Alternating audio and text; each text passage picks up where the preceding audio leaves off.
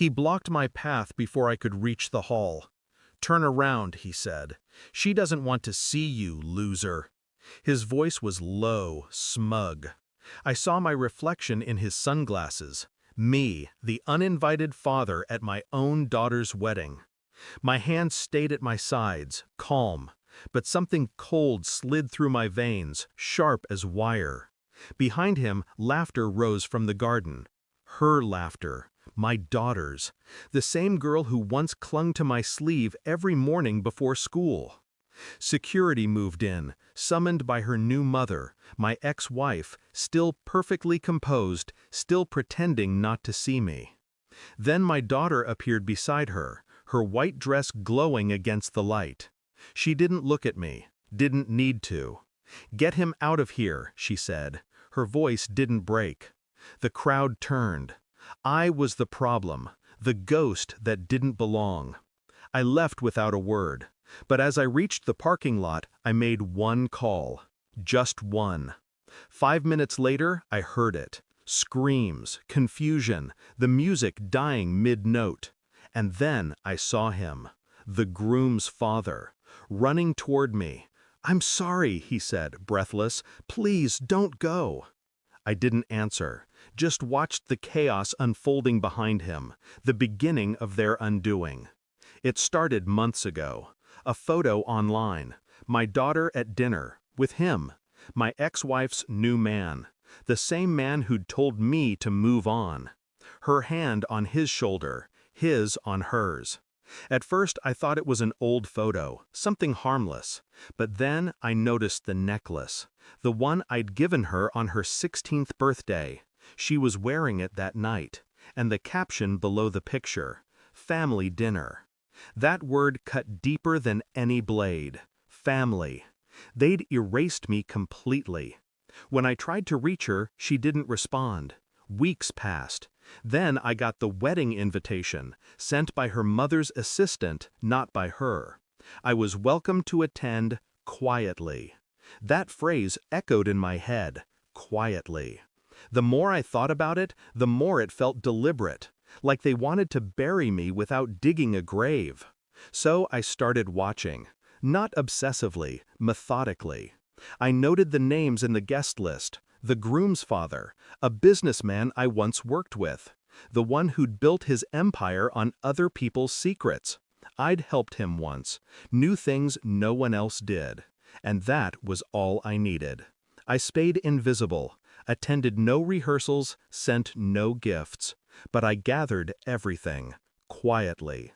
Financial records, favors owed, whispers buried under old deals.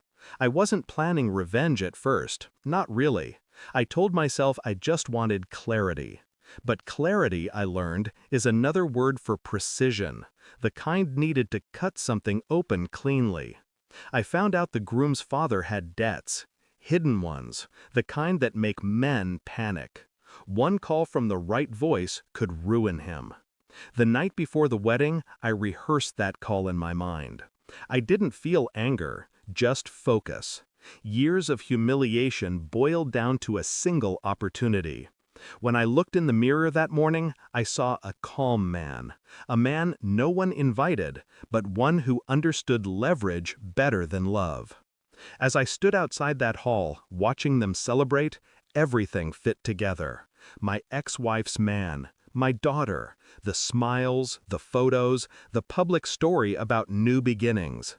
They wanted me erased because I reminded them of what they'd done, how she'd left, how quickly he'd stepped in, how easily my daughter believed the narrative her mother fed her.